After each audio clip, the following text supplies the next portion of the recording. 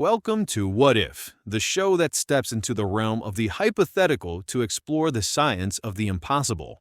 I'm your host, David. We often contemplate questions of space, of technology, of the future. But today, we're turning our gaze downwards, deep into the planet we call home. We live our lives on tectonic plates, colossal slabs of rock floating on a sea of molten mantle. We feel their movements as tremors, as quakes. The most powerful earthquake ever recorded was a magnitude 9.5 in Chile in 1960, a devastating, world-altering event. But what if something even bigger were possible? Today we ask, what if there was a magnitude 11 earthquake? To help us navigate this terrifying thought experiment, we have a very special guest. Dr. Karl Jensen is a leading seismologist whose recent work on deep Earth resonance has been making waves, no pun intended, in the geological community. Karl, welcome to What If. Thanks for having me, David. It's a pleasure to be here. So let's just dive right into the deep end. A magnitude 11. Most people, myself included, hear that and think, well, that's just a bit bigger than a 9.5. But it's not, is it? Can you put the scale of this into perspective for us? That's the most common misconception. The moment magnitude scale, like the old Richter scale, is logarithmic. It's not a linear step up. Each whole number increase represents a 32-fold increase in energy release. 32 times. Exactly. So going from a 9.5 to a 10.0 is 1.4 times bigger in magnitude. But that's already about 5.6 times more energy. Going from a 9.5 to an 11.0, we're talking about an energy release roughly 900 times greater than the Chilean earthquake. 900 times. I can't even fathom that. That's the energy of tens of thousands of nuclear bombs going off at once. It's an astronomical number. So, to answer your question, this isn't just a bigger earthquake. It's a different class of phenomenon entirely. It's a planetary level event. So, is it even possible? Geologically speaking, could the Earth even produce something like that? Well, conventionally, the answer is no. An earthquake's magnitude is determined by the length of the fault that ruptures and the distance it slips. For the 9.5 in Chile, a fault line about 800 kilometers long ruptured. To get to a magnitude 11, you would need a fault that ruptures over a length of, well, it'd have to circumnavigate a significant portion of the globe. The entire Pacific Ring of Fire, for instance? Even that might not be enough. The rock itself isn't strong enough to store that much strain before breaking. It would snap in smaller, localized segments, releasing the energy in a series of magnitude 8s and 9s long before it could build up to an 11. That's the accepted wisdom anyway. The accepted wisdom. I sense a but coming, Karl. This is where your research comes in, isn't it? You've been looking at things differently. In a way, yes. My team and I weren't looking for planet killers. We were studying the Earth's background hum, the ambient seismic noise. Most seismologists filter this noise out to get clean data on specific quakes. We decided to study the noise itself. And what is that noise made of? What's causing it? Everything. Ocean waves crashing on coastlines, volcanic tremors, atmospheric pressure changes, even human activity. But we also pulled in data from unconventional sources, declassified records from Cold War-era underground nuclear tests, data from the Chelyabinsk meteor airburst, deep-sea hydrophone arrays. We built a library of the planet's reactions to sudden violent events. Okay, so you're creating a catalog of how the planet rings when it gets hit. Precisely. And as we analyzed this data, filtering out the known signals, we started seeing something else. A ghost in the machine, a very faint, ultra-low frequency signal. It's a resonance that doesn't seem to originate in the crust, where normal earthquakes happen. It's coming from much, much deeper. How deep are we talking? The upper mantle, hundreds of kilometers down. And the frightening thing is, these signals, these deep resonances, they're becoming more frequent and slightly more powerful. It's like someone deep inside the engine of our planet is shifting, changing its tune. So this ghost in the machine, this deep hum, can you characterize it for us? Is it a steady tone? Does it fluctuate? And have other research groups been able to verify its existence? I imagine a claim like this, one that hints at a fundamental process we've overlooked, will be met with some significant skepticism in the scientific community. Absolutely. And healthy skepticism is the cornerstone of good science. The signal is incredibly faint, which is why it was missed for so long, buried under gigabytes of more obvious noise. It's not a simple tone. It's more of a complex resonant frequency, almost like a chord played on a planetary-sized instrument. Imagine the lowest possible note you can conceive of, then go a few octaves lower. It's in the microhertz range. It does fluctuate, primarily in amplitude or power.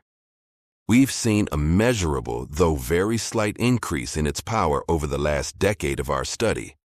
It's like someone is slowly, imperceptibly, turning up the volume on the planet. So this connects back to the magnitude 11 scenario. This is where we move from data into theory, into the what-ifs.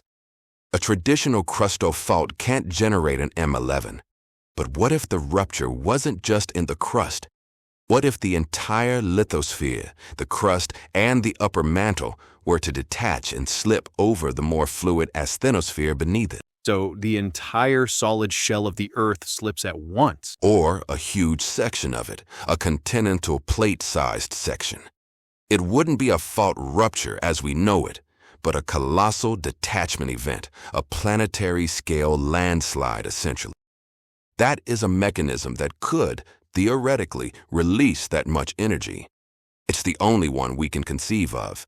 And these deep hums we're detecting, they could be the sound of the strain building for just such an event. That is profoundly terrifying, Karl. So let's go there. Let's imagine this theory is correct, and one day it happens. The lithosphere detaches. What is that moment like for someone on the surface? It's difficult to describe in familiar terms. The ground wouldn't just shake or vibrate. The S waves and P waves would be the least of your worries. The primary danger would be the surface waves, the Love and Rayleigh waves.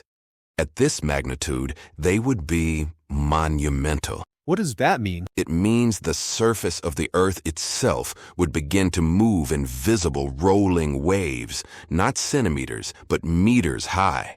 Imagine the ground beneath your feet rising and falling like the surface of the ocean in a storm, but with waves 10, 20, maybe 30 feet high, so you couldn't even stand up. Standing would be impossible.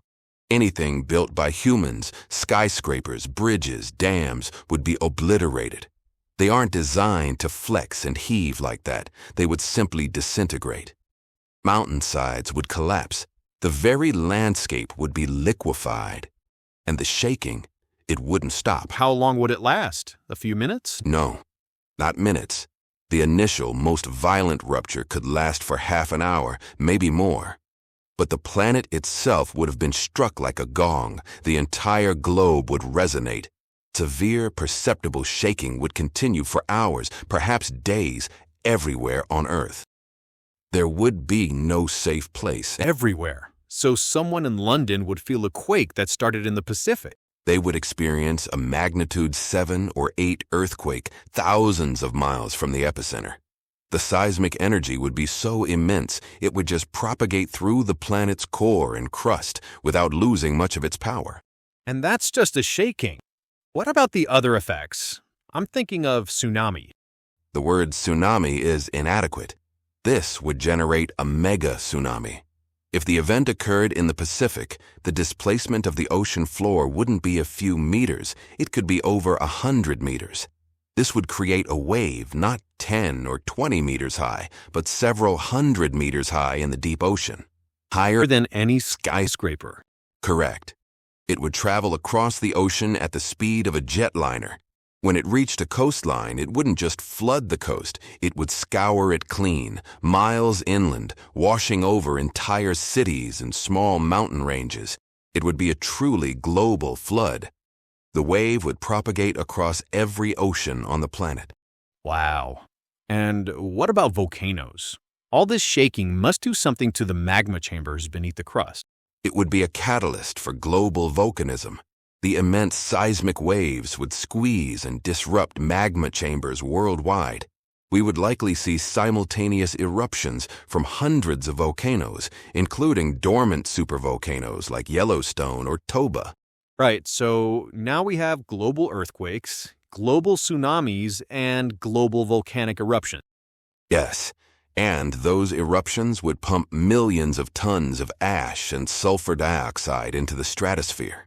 This would create a global winter. Sunlight would be blocked out not for months, but potentially for years, even decades. Global temperatures would plummet. Photosynthesis would largely cease. So it's a mass extinction event. It's that simple. It's hard to see how it wouldn't be. Between the initial destruction, the flooding, and the prolonged global winter, it would be a filter that most complex life on the planet would not pass through.